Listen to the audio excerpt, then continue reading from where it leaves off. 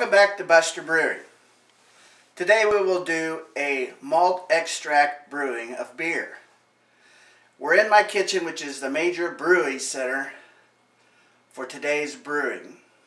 As you can see, I have 2 pots on the stove, each filled with approximately 3 gallons of water. This is where the steeping of the grain and the boiling of the extract will occur. Here you see the ingredients of the brew that we will make today. This is a Blue Moon clone. We have the grain, sweet and bitter orange slices, hops, and the liquid malt extract. We will show how all of these combined into a wort that will eventually be used to make the beer. Prior to the brewing, a large amount of cleaning and sanitization takes place. Any utensil or equipment that will come in contact with the brew will need to be cleaned and sanitized to make sure that there is no contamination.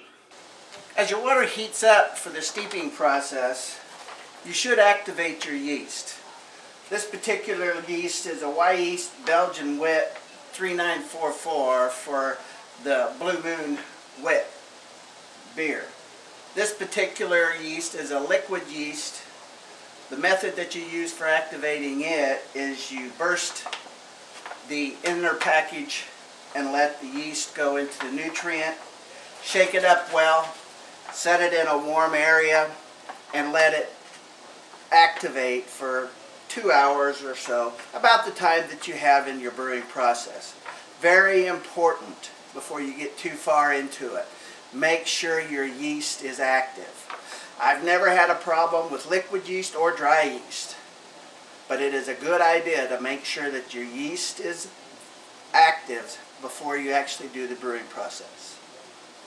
Once your steeping water gets to the correct temperature, in this case 160 degrees Fahrenheit, you add your grain.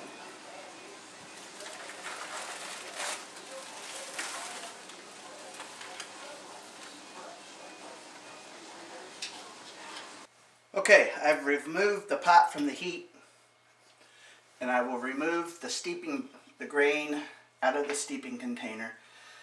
It'll need to drain for just a little bit. I've got a plastic colander here that I will put it in,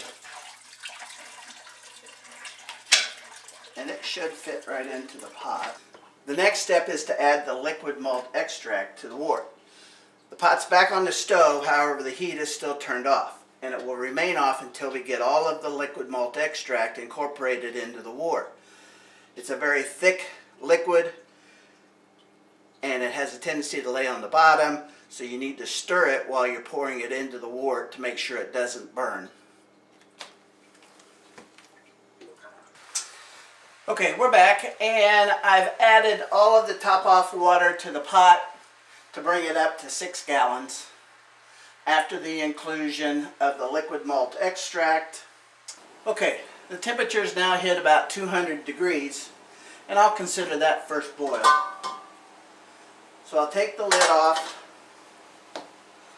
stir the wort up really well, which I've been doing about every 5 minutes during the heat up session, and it's taken about 25 minutes to get here.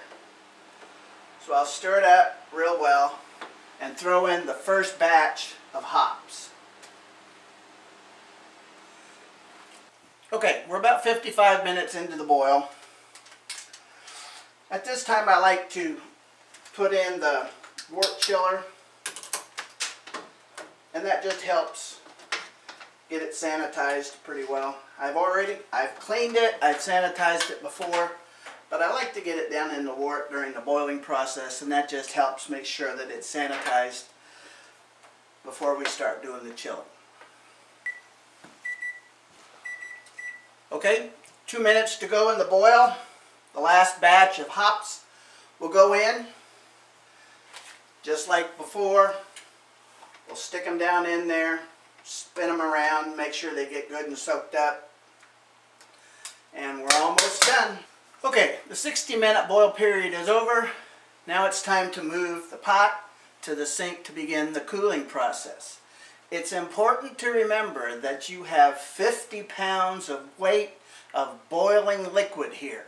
You need to be extremely careful if you move it to any location to make sure that it doesn't spill. It can burn very easily. Okay, the pot's in the sink. I have cold water and ice. I'll be adding more ice to make sure that it stays as cold as possible.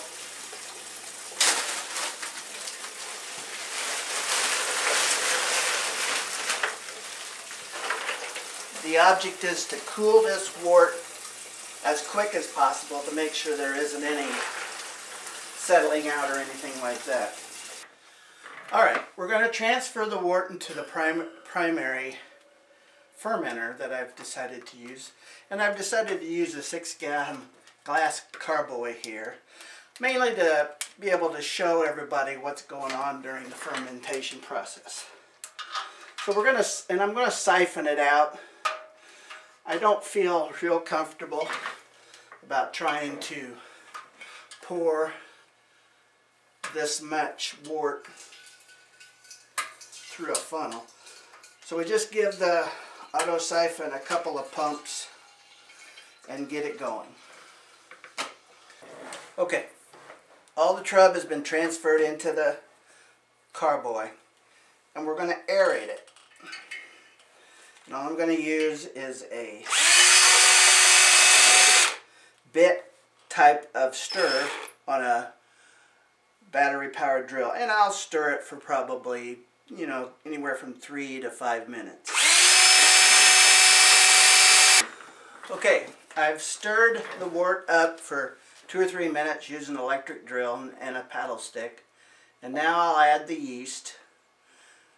It's good and active, and I know that because the bag that it's in is inflated quite a bit, showing that the yeast is growing and multiplying.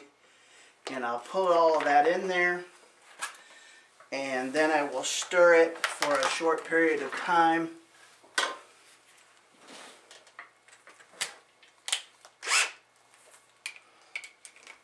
Not too long though.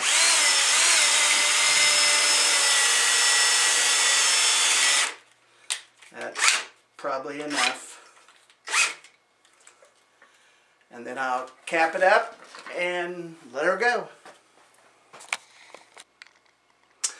Okay, the wort's in the fermenter. I have it plugged off for an airlock, which is a blow-off type tube going down to a half-gallon partially filled container of sanitizer. As you can see, the wort is a medium brown caramel color, and it smells terrific. The house smells terrific from the brewing, and now all that's left is waiting, and we'll wait and see how long it takes for it to start showing signs of fermentation and cleanup.